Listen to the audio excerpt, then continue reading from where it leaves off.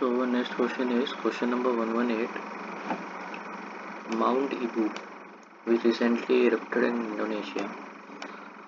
अब जो वोल्केनोज हैं वो बहुत इंपॉर्टेंट है हमारे लिए, जो एनडीए बाबा पूछती है। तो ये करंट अफेयर का क्वेश्चन है। करंट अफेयर के क्वेश्चन के अंदर शील्ड कंपोजिट वोल्केनिक डोमेन केंद्रकोण, तो ये क्वेश्चन आप छोड़ सकते हैं, बट अगर आप करंट अफेयर करके जा रहे हैं तो डेफिनेटली आप वोल्केनोज जो रिसेंटली इरप्ट हो रखे हैं वो हमें करने पड़ेंगे। तो एक्सपेक्टेड क्वेश्चन है कि इस टाइप के क्वेश्चंस आते हैं। Question number 119, easy question. Mercury, Venus, Earth, Mars terrestrial planets, तो डेफिनेटली इनको टेरेस्ट्रियल बोलते हैं। जो जुपिटर्स एंड ऑल हैं उनको हम जोवियन प्लैनेट्स, गैसियस प्लैनेट्स बोलते हैं। हैविंग लो डेंसिटीज, अब हमें पता है कि अर्थ की सबसे ज़्यादा डेंसिटी है, तो लो डेंसिटी का कोई सवाल ही पैदा नहीं होता, इतनी से रॉन्ग है। तो जो फर्स्ट और ये वाला ऑप्शन एलिमिनेट हो जाएंगे। The lie between the sun and the asteroid belt, तो ये बिल्कुल ठीक है। देयर लोअर ग्रेविटी, भाई हमें पता है कि ग्रेविटी जो है वो सबसे ज़्यादा इन्हीं की है, तो ये can hold the escaping gases. Lower gravity नहीं होना चाहिए, हाई ग्रेविटी होगा यहाँ पे, तो यहाँ पे हमारा आंसर आ जाएगा सेकेंड ओनली।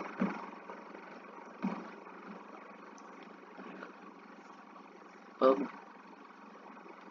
इसमें देखेंगे, जो मैंने तुम्हें बताया कि पेयर्स के क्वेश्चंस होते हैं, तो इसके अंदर हम ये सोच सकते हैं कि ये चेंज करेगा।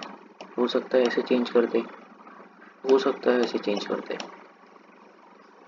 तो अगर ये आपस में चेंज करता है, या आपस में चेंज करता है, तो इसका आंसर नन हो सकता है कि भाई आपस में चेंज कर दिया, इसने एक भी स्कोप नहीं छोड़ा और सारे क्वेश्चंस हम सोच रहे हैं कि गलत ही है, जितने भी पेयरिंग हो रखी है वो सारी गलत है। बट एनडीए में ऐसा नहीं करेगा वो कि वो सारे गलत करेगा, और उसने ऑप्शन भी नहीं डाला है, उसने करेक्टली मैच बोला है। तो इसके अंदर आपने सिर्फ ये वाली पृथ्वीराज, राशो और लीलावती सुनी होंगी, तो सिर्फ यही करना है हमें। पृथ्वीराज, राशो चंद बरदाई की बिल्कुल ठीक है, लीलावती जो है भास्कराचार्य की बिल्कुल ठीक है, मिताक्षरा, विजनश्वरा और दयाबाग जिमितवाना, तो इसके बारे में हमें नहीं पता है।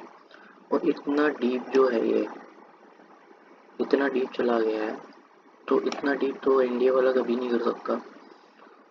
ओके, मिताक्षरा है, ये भी थोड़ा डीप है, बट जो एक्सपेक्टेड जो बुक्स आई हैं वो ये वाली हैं, और दोनों ही ठीक हैं। तो इसको रॉन्ग नहीं मानेंगे, क्योंकि रॉन्ग मानेंगे तो 2 हम करेक्ट करेंगे। इट मीन्स आपको इनके बारे में कॉन्फिडेंट हो कि आप ये जानते हो इसके बारे में, तो आप इसको ये ना करके ऑल 4 करेंगे।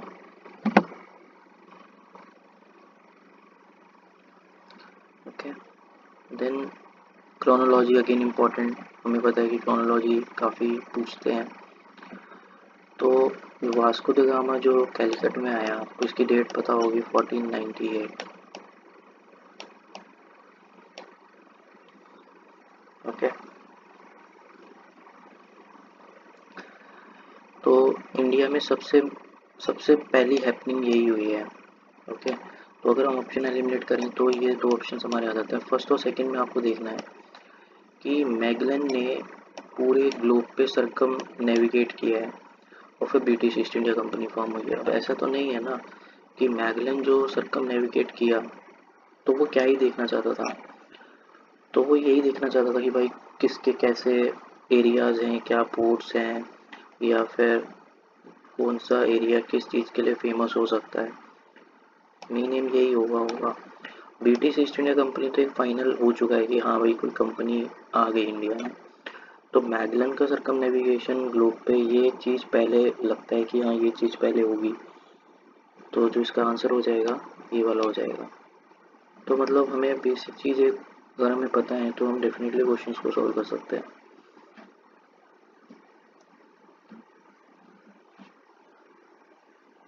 Now next question is